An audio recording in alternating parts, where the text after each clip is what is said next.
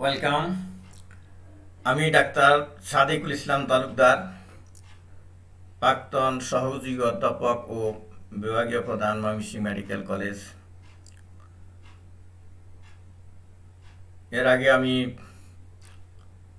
কিশোরগঞ্জ শহীদ Syed Nazrul Islam medical college এবং Dinajpur medical কলেজে আমি প্যাথোলজি বিভাগে ছিলাম। আমি 1992 সন থেকে প্যাথোলজি বিভাগে শিক্ষকতা করছি। আমি এখন অবসরে আছি। আমি ডিজিটাল ক্লাস নিচ্ছি এখন নতুন ছাত্রদের জন্য এবং পুরাতন ছাত্রদের জন্য। যারা আমাকে পাচ্ছে না তাদের জন্য আমি ইউটিউবে আমার চ্যানেলে আমি ভিডিও লেকচারগুলি আপলোড করছি।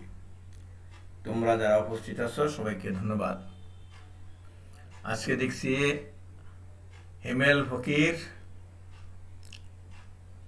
হিমেল ফকির। আগে আগে আগে এদিকে আসো। ফাইব্রোসিস আর ফাইব্রোপ্লাসিয়া, আমাদের আজকের ক্লাসটা কিন্তু চলছে টিস্যু রিপেয়ারের উপরে। টিস্যু রিপেয়ার হচ্ছে কিভাবে সেগুলি ডিসকাস হচ্ছে। আমরা এসে গেছি ফাইব্রোসিস বা ফাইব্রোপ্লাসিয়া পর্যন্ত। গতকাল এনজিওজেনেসিস হয়েছে গত ক্লাসে। এই পর্বে হবে fibrosis and fibroplasia. Fibroplasia occurs within the granulation tissue framework of new blood vessels and loose extracellular matrix that initially form at the repair site.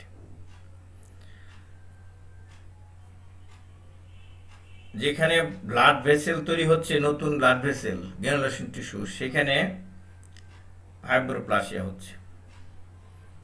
Two processes are involved in fibrosis. একটা হলো immigration and proliferation of fibroblast. গত ক্লাসে বলছিলাম ওই endothelial সেলের proliferation, এটা হলো ফাইব্রোব্লাস্টের proliferation. Blood vessel হয়েছে, নতুন নতুন ব্লাড ভেসেল হয়েছে, তাকে সাপোর্ট দেওয়ার জন্য তৈরি হইতে হবে fibroblast. Deposition of extracellular matrix by this cell, এই ফাইব্রোব্লাস্টই এক্সট্রাসেলুলার ম্যাট্রিক্স ডিপোজিশন করবে। ফাইব্রোব্লাস্ট পলিফারেশন তাহলে কিভাবে হয়? Granulation tissue contains numerous newly form blood vessels. Vascular endothelial growth factor promotes angiogenesis but also is responsible for a marked increase in vascular permeability, leading to increased deposition of plasma protein in the extracellular matrix. তো blood vessel থেকে যে leak করে, এটার জন্য ওই blood vascular endothelial cell growth factor দায়ী, যার জন্য ওখানে এক্সট্রা সেলুলার হবে, প্রোটিনও ওখানে ডিপোজিশন হবে। Provides a provisional stroma for fibroblast in growth. এই যে প্লাজমা প্রোটিন যেখানে আসলো, এটা হলো প্রাথমিকভাবে একটা স্ট্রোমা তৈরি করলো ফাইব্রোব্লাস্টের গ্রোথের জন্য। Migration of fibroblast to the site of injury and their subsequent proliferation are triggered by multiple growth factor, যেমন transforming growth factor, beta, platelet growth factor, epidermal growth factor and fibroblast growth factor and fibrogenic cytokines, interleukin one and tumour necrosis factor alpha. এইগুলি এই কাজটা করে, এই fibroblast migration করায়। Macrophages are important constituent of granulation tissue. এই granulation টিস্যুতে আরেকটা থেকে ফাইব্রোব্লাস্ট তো থাকলোই, এন্ডোথেলিয়াল সেল নতুন ব্লাড ভেসেল ফর্ম করছে, ফাইব্রোব্লাস্ট এক্সট্রাসেলুলার ম্যাট্রিক্স প্রোডাকশন করছে, পলিফারেশন হচ্ছে। আরেকটা সেল আছে এখানে macrophages, responsible for clearing extracellular debris, যেগুলি ডেব্রিজ অদরকারি জিনিস সেগুলোকে এনগাল্প করে। কি কি আছে? Debris, fibrin and other foreign material. These cells also elaborate transforming growth factor beta platelet-derived growth factor and therefore promote fibroblast migration and proliferation. ওই ম্যাক্রোফেজও এটা একদিকে সে পরিষ্কার করে নিচ্ছে, আবার আরেকদিকে সাইটোকাইন লিবারেট করে ফাইব্রোব্লাস্ট proliferation করাচ্ছে. If the appropriate chemotactic stimuli are present, mast cell, eosinophil and lymphocytes may be increased in number. তাহলে ওই এর উপর নির্ভর করে টাইপস অফ ইনজুরির উপরে মাস্ট সেল আসবে, ইসোনোফিল আসবে, লিম্ফোসাইট আসবে. Each of these can contribute directly or indirectly to fibroblast migration and proliferation. সেই লিম্ফোসাইট, ইসোনোফিল, মাস্ট সেল এগুলা ডাইরেক্টলি হোক ইনডাইরেক্টলি হোক তারা ফাইব্রোব্লাস্ট প্রদর্শন করবে. Transforming growth factor beta appears to be the most important growth factor involved in inflammatory fibrosis. Fibrosis সময় কোনটা বেশি কাজ করবে? Transforming growth factor beta. Because of the multitude of effects that favor fibrous tissue deposition, the transforming growth factor beta causes fibroblast migration and proliferation, increased synthesis of collagen and fibronectin, decrease degradation of the extracellular matrix by metalloprotease. Transforming growth factor beta is also chemotactic for macrophage.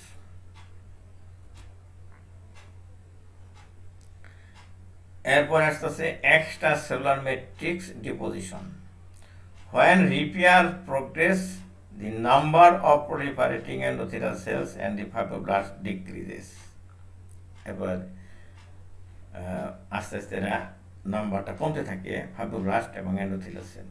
Fibroblasts progressively become more synthetic and deposit increased amount of extracellular matrix. যত maturation হতে থাকে ওদের কাজ হয় deposition করা extracellular matrix. Fibrillar collagens form a major portion of the connective tissue in repair site and are important for the development of the strength in the healing wound. তো যেখানে wound হয়েছে ওটা তো স্ট্রেংথ ভালো না, তো এই আস্তে আস্তে এখানে ফাইব্রোসিস হবে আর টেনসাইল স্ট্রেংথ বাড়তে থাকবে. তো এই করে কি ফিব্রিলার কোলাজেনটা এখানে এই টেনসাইল স্ট্রেংথ বাড়ায় এই হিলিংয়ে. Many of the same growth factors regulate fibroblast proliferation, also stimulate extracellular matrix synthesis. The net collagen accumulation depends not only on synthesis but also on collagen degradation. একদিকে সিনথেসিস হচ্ছে আরেকদিকে degradation হচ্ছে, তাহলে কি পরিমাণ collagen থাকবে এটা দুইটার উপর নির্ভর করে যে কোনটা বেশি. Ultimately, granulation tissue scaffolding is converted into a scar composed of spindle-shaped fibroblast, dense collagen, fragments of elastic fiber tissue, and other extracellular deposition. আস্তে আস্তে দিন যায়, শেষে থাকে কোলাজেন. কোনো ইডিমা থাকে না, ইডিমা নষ্ট হয়ে থাকে, ম্যাক্রোফেজ থাকে না, শেষে ফাইব্রোব্লাস্ট থাকে আর কোলাজেন থাকে, স্কার হয়ে থাকে সেখানে. When scar mature, আরো ম্যাচিউর যখন হয় স্কার, vascular regression continues, blood vessel ডিজিফায়ার হইতে থাকে, eventually transforming the richly vascularized granulation tissue into a pale avascular scar. এই যে ভেলভেটি অ্যাপিয়ারেন্স ছিল, পিঙ্ক কালার ছিল, এগুলি আর থাকে না, ব্লাড ভেসেল আস্তে আস্তে ডিজিফাই হয়ে যায়, থাকে শুধু ফাইব্রাস টিস্যু, শক্ত স্কার থাকে.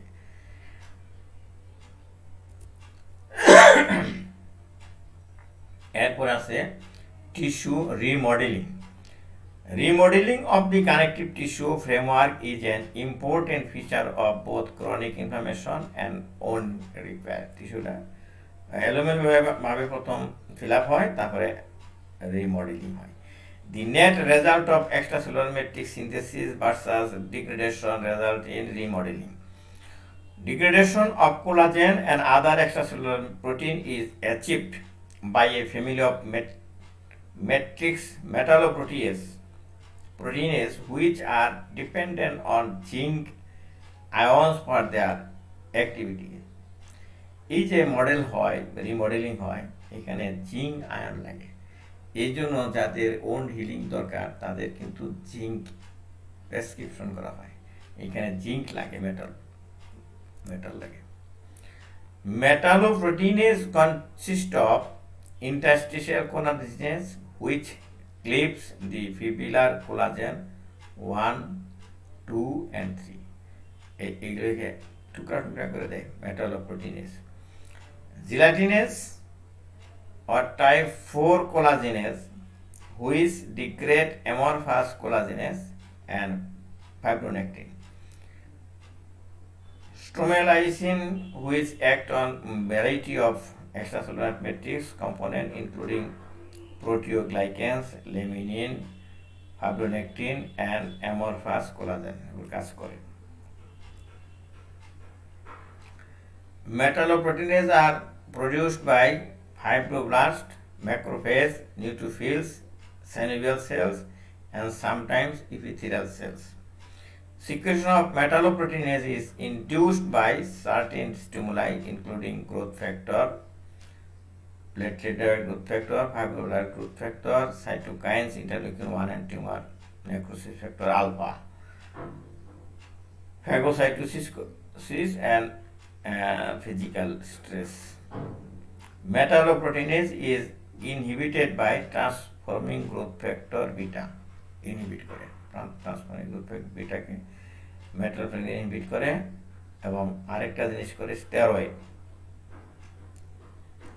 এই জন্য স্টেরয়েড খেলে পরে ওন্ড হিলিং দিলে হয়। তো আমরা ইম্পর্টেন্ট একটা চ্যাপ্টার আসছে ওন্ড হিলিং, এটা আজকে ডিসকাস না করে আগামী পর্বে ডিসকাস করব।